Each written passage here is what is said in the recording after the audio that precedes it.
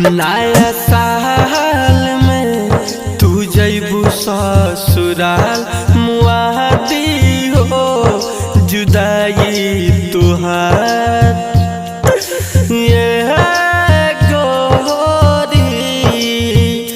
नया साल में तू जैबू ससुराल मुआदी हो जुदाई तुहार।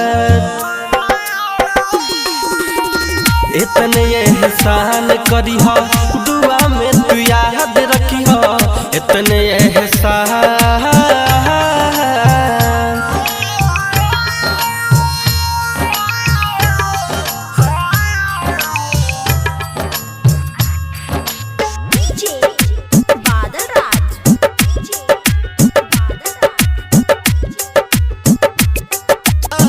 समय बालवान नहीं छोड़ेला कोई के जान बुझ के रिश्ता नहीं तोड़ेला कोई के।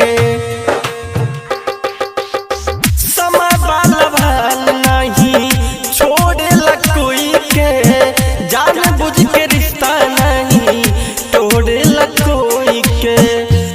साहिल राजा कहेला हाथ जो